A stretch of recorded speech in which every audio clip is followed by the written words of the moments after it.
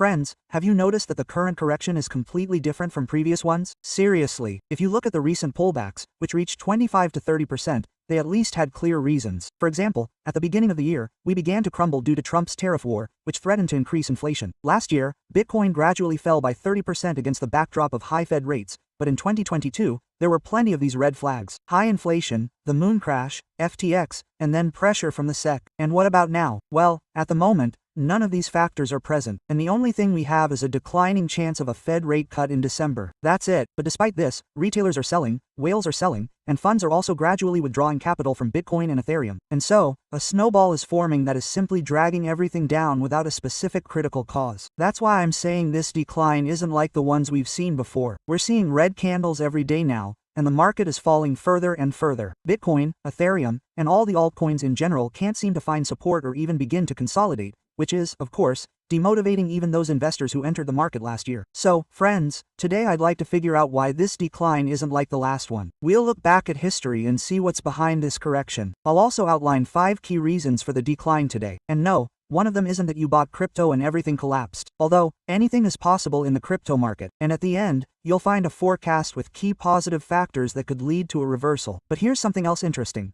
The lower Bitcoin falls, the more predictions emerge that a bear market has begun. However, real signals suggest otherwise. I want to make a separate video on this topic. So, if you're interested, let's get 1,000 likes, and in the next video, I'll explain without emotion what a real bear market is and what signals indicate it's definitely starting. You can also support this video idea in the comments, because just for your comment, you can get $10, just like this viewer, and another $10 for subscribing to our Telegram channel. So, friends, enjoy watching. Vlad here. Let's get started. So, friends, in these extremely difficult times in the crypto market, when we're seeing a decline every day and Bitcoin is already trading below 90,000, the most important thing is to not ruin your long-term strategy and not be driven by your emotions. Therefore, to avoid absorbing all this garbage, of which there is a lot right now, I advise you to follow everything that's happening on our Telegram channel. There, my editors and I publish only what all investors really need to know. The latest news, insights, reports, and analysis. But most importantly, without unnecessary spam, which only distracts and makes you worry. Today I posted trades of whales who are currently profitable. So, if you're interested in learning how major players are making money during the decline, head on over and subscribe. The first thing we'll do is analyze how this correction differs from previous ones. After all, understanding the whole situation will make it much easier for us to move forward. The current crypto market decline is an unusual correction, like the ones we saw in 2018, 2020, or 22. The market is currently exhibiting behavior that has never previously coincided in a single cycle, which is why the dynamics appear so anomalous and cause so much panic. If previously every decline in price was clearly tied to a liquidity squeeze, rate hikes, or a systemic collapse, today it's the opposite. The Fed has already switched to a soft stance, rates are falling, and over the past few months, more than $1.2 trillion has been injected into the US economy. This is the first time in history that the market is falling not due to a liquidity shortage, but due to a liquidity surplus. This paradox was previously characteristic only of late bullish cycles, but certainly not of the mid-cycle, where we are now. The behavior of large investors is particularly telling. Previous declines were caused by ecosystem crashes, exchange bankruptcies, or panic retail selling. Today, selling is coming from the largest funds. BlackRock recorded a profit of almost $1.5 billion in just 1 week. This amount is a record for their Bitcoin holdings. The Grekel fund continues to reduce positions, and sending funds are recording net profits amid high activity. This is neither panic nor a catastrophe. It is simply capital rotation. However, this level of selling has never been seen before at the beginning of a phase cycle. In previous years, funds began to exit only closer to the peak,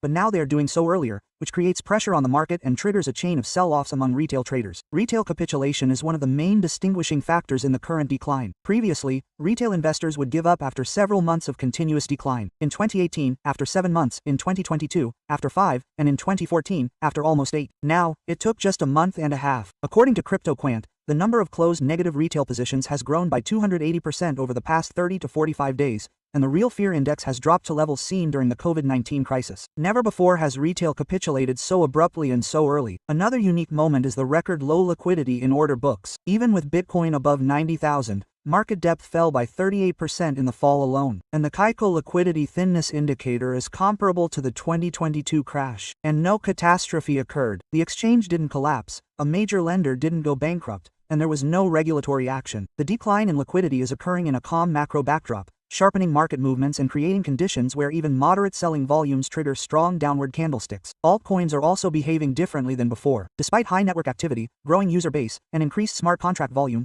the decline in altcoins was deeper than previous cycles. Solana fell by 35%, AVAX by 42%, and Ethereum by more than 50%.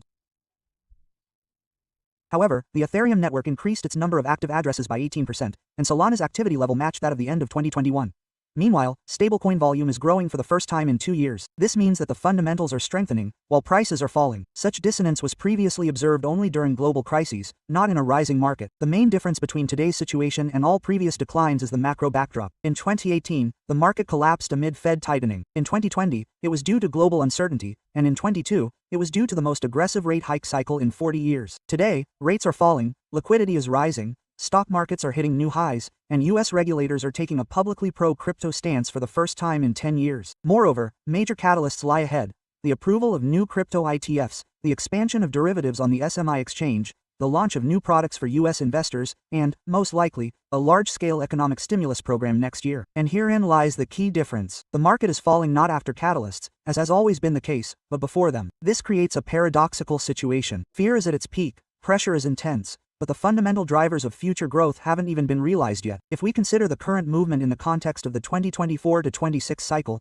this decline looks not like the end of a trend, but rather like a profound reset, which only occurs in the middle of long structural cycles. It's precisely these periods in the past that have become the points where the strongest future trends have formed. Although, at the time, it seemed like everything was simply collapsing. The main takeaway for us as crypto investors is that when the market falls due to fear rather than fundamentals, it's never the end of a cycle, but rather preparation for the next impulse. We're at a point where the market is reacting not to facts, but to emotions. Liquidity is growing, rates are falling, regulators are acting in favor of the crypto industry, new TEFs lie ahead, as well as stimulus for global economies. Meanwhile, the price is falling, as if the economy were in crisis. In similar situations, the past cycle has already demonstrated that when the market falls without fundamental reasons and is so amid retail panic, this almost always creates one of the strongest periods of accumulation. Now, investors are faced not with the question of where to go tomorrow, but with the choice of whether they can remain rational in a situation where most are acting impulsively. It's precisely periods like these that create advantages for those who think ahead, because fear doesn't last forever, and fundamental catalysts always materialize. Therefore, the key for a long-term investor is to understand that current market weakness doesn't negate the cycle's strength. It's simply a stage that, on the chart,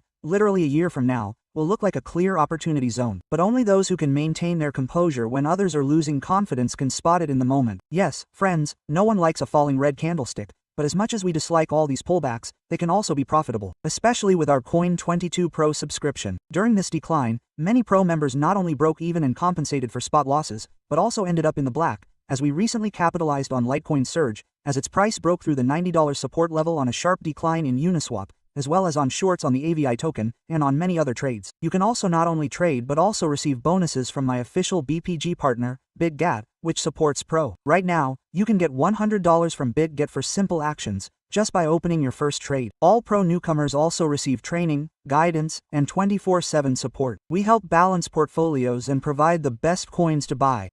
So, if you're unsure what to do with your portfolio now and how to profit from declines to offset losses, follow the link in the description and write to us. The current crypto market decline can't be explained by a single factor, but there are 5 key factors currently shaping market sentiment, and the first and most important reason is the sharp decline in the likelihood of a Fed rate cut in December. Just a month ago, markets were giving an almost 95% chance that Powell would announce a rate cut and continue the easing cycle. But the latest labor market data has changed the situation. New jobless claims came in below expectations, while the average hourly wage rose above forecasts. As a result, the market sharply revised its expectations, and the probability of a December decline plummeted to below 40%. This is the sharpest revision in expectations in the entire 25th year. And since the crypto market is 80% dependent on Fed policy, and it's hard to argue with that, this reversal hits sentiment harder than any industry news. Investors understand that no rate cut means the cost of money will remain high, liquidity will be reduced, and conditions for riskier assets will be tougher. This is why the market initially froze in uncertainty,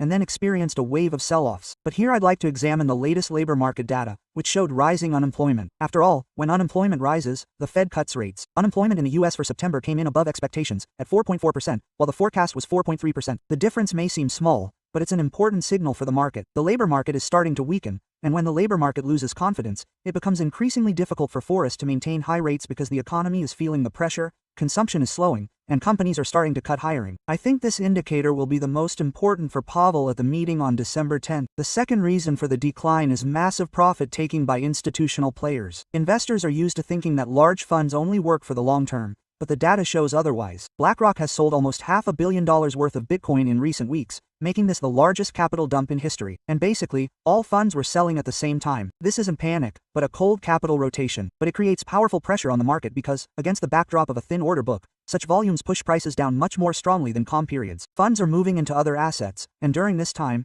crypto becomes a source of liquidity. It's also important to understand that the current sales by BlackRock and other funds are sales by ordinary retailers who bought Bitcoin through ETFs. This doesn't mean BlackRock or Fiat are simply selling their Bitcoin. Of course not. It's ordinary people who are selling. The third reason is record low liquidity in the spot and derivatives markets. Order depth on bonds, Coinbase, and Bitfinex has fallen by 35 to 40% in recent weeks. The DIT indicator is 2%, and it fell to the level seen in late 2022. When the market was experiencing the FTX crash. But the difference is that there is no such crash now. There is no default, no regulatory strikes, and no bad news. Liquidity has simply disappeared because market makers have become more cautious due to rate uncertainty. This creates the effect of empty orders. Even average selling volumes trigger disproportionate downward candlesticks. This phenomenon was observed before the rally in 2020 and before the reversal in January 2023. But it appears even stronger now. The fourth reason is panic-induced capitulation by retail. According to CryptoQuant, the number of retail addresses selling coins at a loss has grown by 270% over the past month. Meanwhile, the fear and greed index has fallen to 10.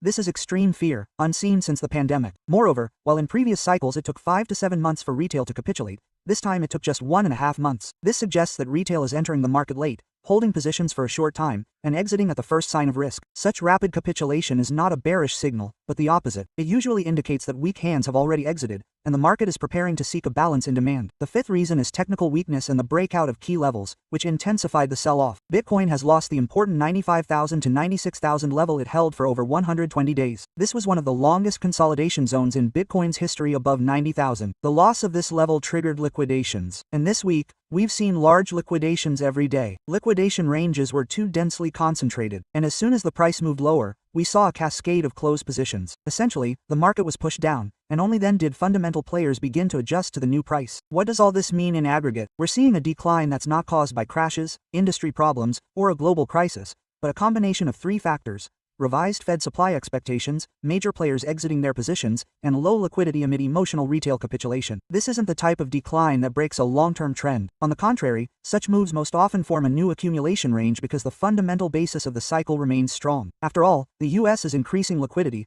TEF is attracting capital, and economic conditions are gradually easing. Therefore, when short-term fear collides with long-term fundamentals, the market will find balance again. So what if we move on to the chart? Looking at the current market structure and the latest data on liquidity, demand, and the behavior of major players, we can identify several key zones that are currently determining Bitcoin's future trajectory. The chart shows that the market has entered a deep correction, but is still maintaining the structure of a medium-term uptrend. The pressure is strong, but there are no critical disruptions to the trend yet, so the forecast is based not on panic, but on an analysis of levels where strong demand has historically been activated. The strongest demand zone is currently in the 88,000–86,000 range, where unfilled spot volumes are concentrated, as well as levels where funds actively bought up the drawdowns in the summer. This is the first level at which we can expect a reaction from buyers. If volume returns, a local bottom could form here. If the market breaks through this zone, the next strong area is slightly lower, in the $85 to $83,500 range, where a large volume cluster is located, where market makers saw their greatest activity in June. This is a powerful structural level. Holding it will indicate a continuation of the uptrend. In terms of resistance, the nearest reversal level is the $95 to $96,000 range, where the accelerated decline began. Until Bitcoin consolidates above this zone, there is no point in talking about a full recovery. The next key resistance is $101 to $13 million. This level has been at the market for over 100 days and is currently acting as a ceiling, cutting off weak attempts at growth. Only a return above it will open the way to a test of the high. Based on current dynamics, the baseline scenario looks like this. The market forms a local bottom in the $86,000 and $85,000 region, then attempts to recover to $95,000, where it will be decided whether this level becomes new resistance or the market regains control. If buyers can hold the lower zones and restore liquidity, Bitcoin has every chance of retesting $100,000 and $103,000 as early as next week. Otherwise, we will see a long sideways movement in this range until the next strong macro catalyst. And most importantly, neither of the current levels breaks the global cycle structure. This is not a bearish reversal, but a deep correction within a larger trend. Meanwhile, CryptoQuant predicts that we are at a bottom. Short-term Bitcoin holders are now clearly capitulating. Looking at the realized profit chart for STH, These are investors who have held coins for less than 155 days. It's becoming clear that the deep red bars are once again reaching levels characteristic of major corrections in past cycles. We saw exactly these types of realized loss spikes in 2021 during strong pullbacks, as well as in the middle of last year, when the market experienced active profit taking. Now this spike is repeating itself, and its scale is comparable to those historical periods, which in itself is a serious signal. The main problem for STH is the level of their average entry price. Bitcoin is currently trading below the average selling price of short-term holders, which is at 109,000. This means that the vast majority of new market participants are in the red. This is precisely why we see such selling. They are locking in losses to exit their positions. Such actions are typical for short-term holders, and they always coincide with the emotional overheating phases at the bottom of a correction. The conclusion from this is simple but important. A surge in realized losses among short-term holders often becomes one of the signs of a local bottom, but only if the market quickly returns the price above their cost. If a recovery doesn't occur and the price remains below this zone, especially for an extended period, history suggests two scenarios. Either the market enters a deeper correction or confirms the formation of a full-fledged bear market. We are currently at the point where the market is choosing a direction, but I don't believe we've reached the bottom yet. In my opinion, the critical zone where a real bottom could form is the 78,000 to 80,000 range. This is the area with minimal trading volumes and no accumulation. This is an empty zone on the chart that the market hasn't tested much, and there haven't been any major consolidations here. Therefore, if the pressure continues, Bitcoin could go exactly to where we'll see the final reset, which will mark the point from which the entire cycle typically reverses. But I certainly won't wait for that point. I'll act according to the principle of gradual accumulation and, if possible, accumulate in this area. To summarize, the market continues to play weakly and is testing each of us. We see that the downward price movement is not driven by negative catalysts. All the factors listed, from retail capitulation to the sharp reduction in federal tax rates, create a picture dominated by impulsiveness, not logic. This is exactly what I talked about in my previous video on market psychology. If you missed it, I recommend watching it. It's a very relevant topic right now. Right now, it's important to look at the facts, not investor behavior. The fundamentals remain strong. The catalysts are still ahead, but that same fear is always at its peak just before a reversal. And that, my friends, has always been the case. So, if you agree with me, let me know in the comments. If not, let me know why. Like the video, subscribe to the channel, and don't forget about Telegram, where you can now get $100 from my partner, BitGet. I'll be posting all the upcoming crypto market news there. So subscribe. Good luck, friends. See you soon.